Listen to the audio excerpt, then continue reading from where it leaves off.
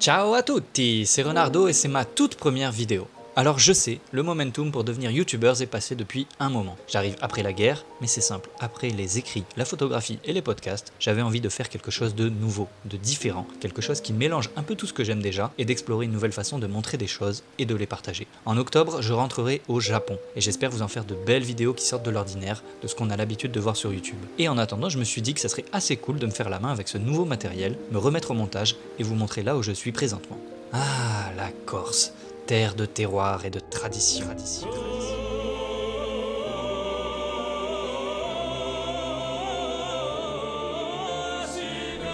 Ces assassins ne lui ont laissé aucune chance. 3 balles dans la tête de calibre 9 mm tirées dans le dos.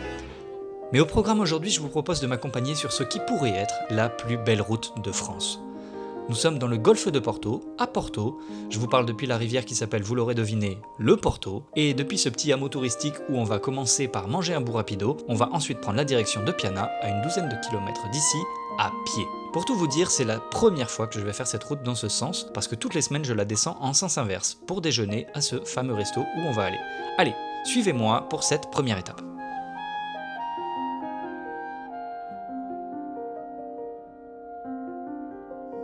Patrick est corse, mais il est originaire de Sartène, beaucoup plus au sud. Ancien para, il est marié à Toum, une Thaïlandaise, et la cuisinière de ce petit resto.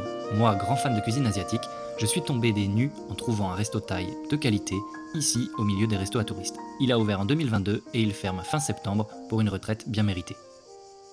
Les amis, on se retrouve du coup directement au restaurant Toum Thai et je vous ai pris, regardez-moi ça, ces belles brochettes de poulet. Alors j'ai rajouté un peu de sauce chili dessus et elles sont super bonnes, super tendres. Regardez, c'est un délice. Et en plat, j'ai pris donc un riz blanc avec un poulet curry vert sauce coco. Et je vais me régaler. Here we go!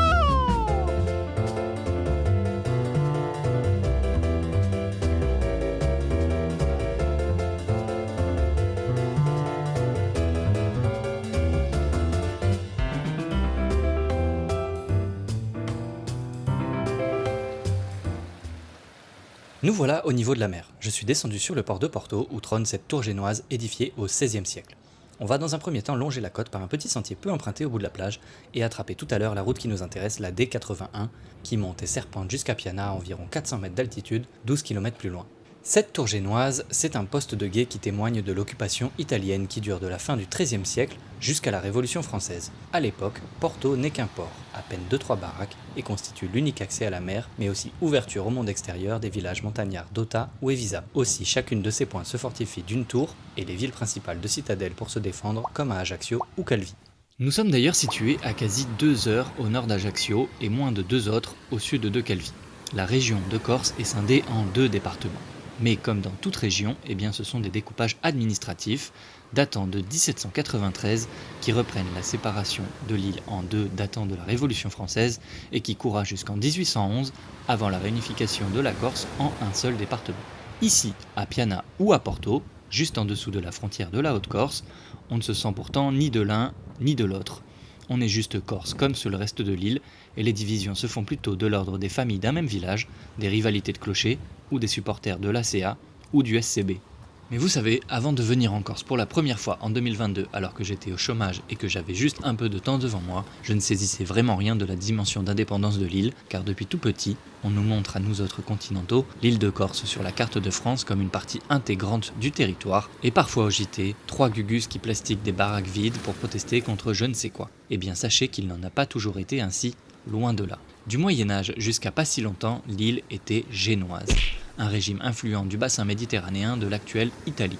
De fait, il y a un trauma dans l'imaginaire corse car l'île s'est momentanément libérée de son ex et autoproclamée république indépendante en 1755, portée notamment par la figure progressiste et proche de Jean-Jacques Rousseau de Pasquale Paoli.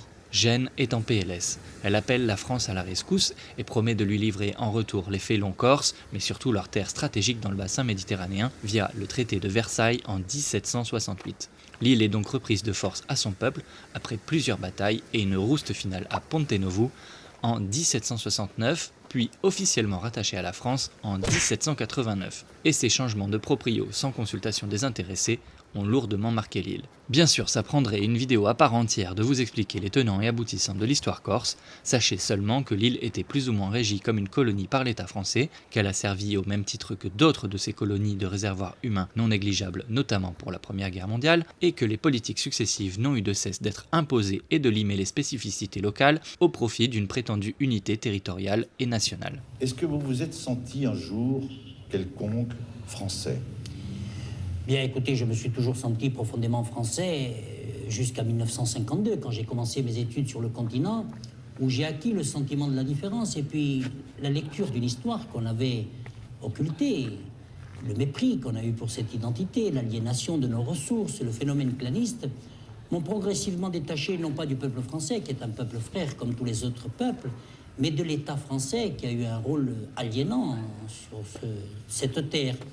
Et je crois que c'est essentiellement la voie de la raison qui m'a fait choisir depuis de longues années le chemin de la complémentarité avec l'État français et non pas le chemin de l'antagonisme. Mais pour dialoguer, il faut être deux. Petit arrêt par le port de Castagne, ancien quai actif jusqu'au début des années 50 pour expédier le charbon d'Ozani, village en face de nous de l'autre côté du golfe, et le granit des carrières locales en direction du continent. Si vous voulez faire couleur locale, on ne dit pas Castagnu ou Castagna, mais Castagne. Les Corses ont une fâcheuse tendance à avaler la dernière syllabe des noms propres. Ainsi, vous irez à Propriane et pas Propriano, ou Porto-Vec pour Porto Vecchio. En remontant la route, on arrive à La Fontaine et on retrouve la D81, la fameuse route dont je voudrais vous parler.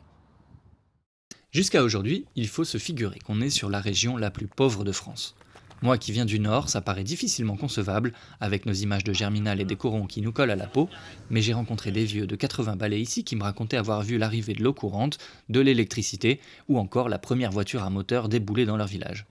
Et c'est d'ailleurs à cette époque de modernisation forcée que non seulement on envoyait les mioches faire leurs études sur le continent faute d'infrastructures ici sur l'île, mais que la langue corse était proscrite au même titre que le basque, le picard ou le breton par l'État français dont les politiques n'appréciaient guère les particularités régionales ou leur patois. Bref, il y a plein de choses à dire sur l'île car elle vit une sorte de déchirement permanent ou au moins de paradoxe, de syndrome de Stockholm peut-être, entre ses racines et son histoire paysanne, sa volonté d'autonomie et d'autodétermination en tant que peuple isolé et insulaire dans une société de plus en plus mixte, et enfin son besoin d'un État pour la suppléer dans un monde globalisé et d'économie de marché. Et c'est ça qui m'a intrigué la première fois que je suis venu ici. Je ne connaissais absolument rien de la région, je venais pour sa beauté qu'on m'avait tant vanté, j'en ai fait le tour à vélo puis en stop, j'ai rencontré des locaux divers, échangé avec eux, et les plus pragmatiques d'entre eux, les plus vieux aussi, rappelaient que sans personne derrière elle, eh bien on serait toujours les pieds dans la bouse à choper le typhus au moindre éternuement. Car la topologie de l'île est très accidentée. Montagneuse, elle laisse peu de place à l'agriculture ou aux espaces industriels. Les ressources naturelles sont pauvres et limitées, la main-d'œuvre rare, la pêche peu développée car traditionnellement les peuplades sont montagnardes et la modernisation forcée a précipité l'île dans l'adoption d'une ère du service sans avoir d'industrie ou d'agriculture sur lesquelles reposer et ancrer, autonomiser ses territoires sur le long terme. Le tourisme représentant en 2024 plus de 40% de son PIB selon l'INSEE. Et il y a les Corses qui sont partis hors de Corse, qui ont été confrontés à un monde peut-être plus âpre, peut-être plus difficile. Et puis il y a les Corses qui sont restés en Corse. Et pour eux, malheureusement, les perspectives étaient bien moins brillantes. Dès lors, pour éviter, peut-être pas une révolte, mais pour éviter un malaise, eh bien, il fallait donner à ces Corses ce qui n'étaient peut-être pas en mesure eux-mêmes de se procurer, parce qu'on ne sort pas d'un siècle de colonisation comme ça. Alors on leur a donné ce qu'ils demandaient, de l'argent, des honneurs, des petits honneurs, et puis des pensions, et puis des retraites, et puis des avantages sociaux. C'est ainsi qu'on a tué l'esprit d'initiative corse. C'est ainsi qu'à la place de nous donner une canne à pêche, on nous a donné du poisson pour manger. Et maintenant, cet état de dépendance est total. La Corse dépend de la France pour 3 milliards de francs par an, 300 milliards de centimes, ce qui est considérable. La continuité territoriale nous apporte tout sur un plateau. Tout ce dont nous avons besoin, nous l'avons à portée de la main, à condition qu'on nous donne un pouvoir d'achat, et ce pouvoir d'achat, on nous le donne. Donc nous sommes sous perfusion totale. Et la perfusion, eh bien, ça ne dure pas des millénaires. C'est un état instable. À l'issue de cette perfusion, soit on meurt, soit on revit. Nous, ce que nous souhaitons, c'est revivre.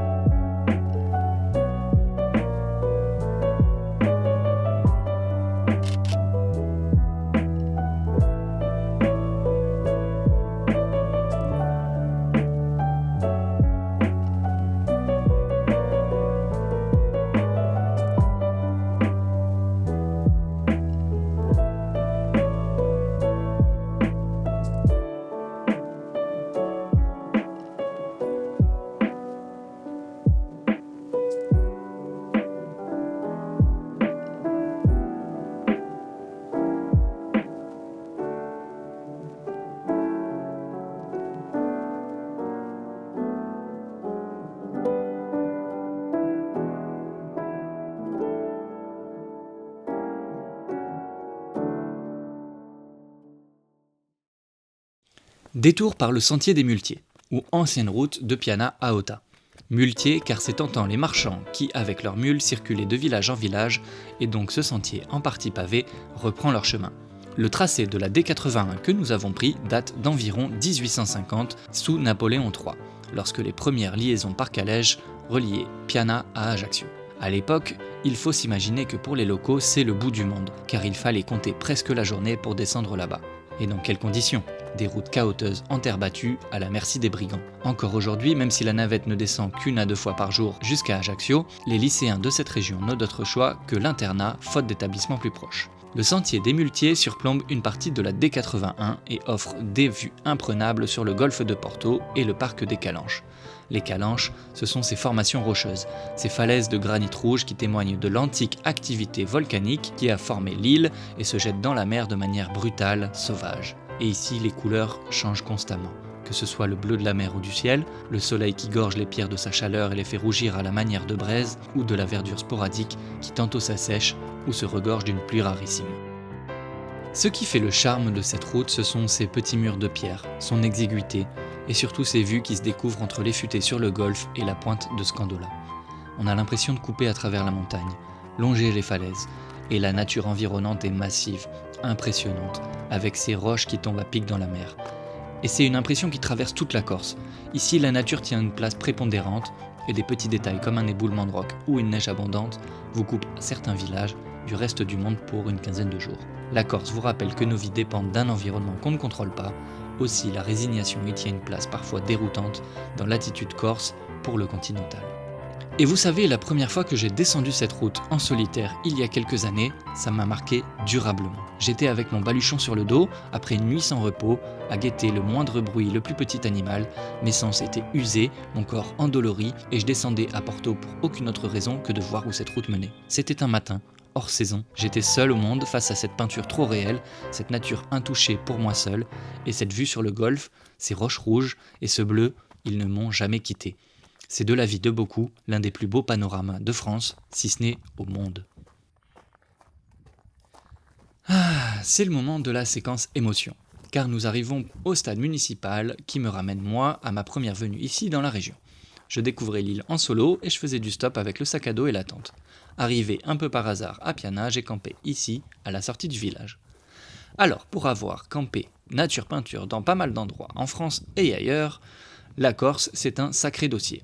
Notamment à cause de ces sangliers qui sont certes chassés à 2 périodes de l'année, mais surtout du fait de la réduction de leur territoire naturel, qui sont parcellés et construits, les zones où ces animaux ont leurs habitudes et leur nourriture se déplacent ou disparaissent, et ainsi il n'est pas rare de voir les sangliers descendre dans les rues se nourrir, notamment dans les poubelles ou les jardins. Et pour en avoir vu passer à quelques mètres de ma tente, je peux vous dire que c'est ultra flippant. Surtout quand on sait ce qu'il peut arriver. D'ailleurs, cette une paraissait quelques jours après mon arrivée sur l'île et m'a sans doute marqué à jamais. Voilà, on délaisse un peu la D81 pour finir notre trajet en suivant ce qu'on appelle ici le parcours de santé, qui n'en est plus un après la dizaine de bornes qu'on vient de s'enfiler, je vous le concède, et on va finir par regagner le centre du village.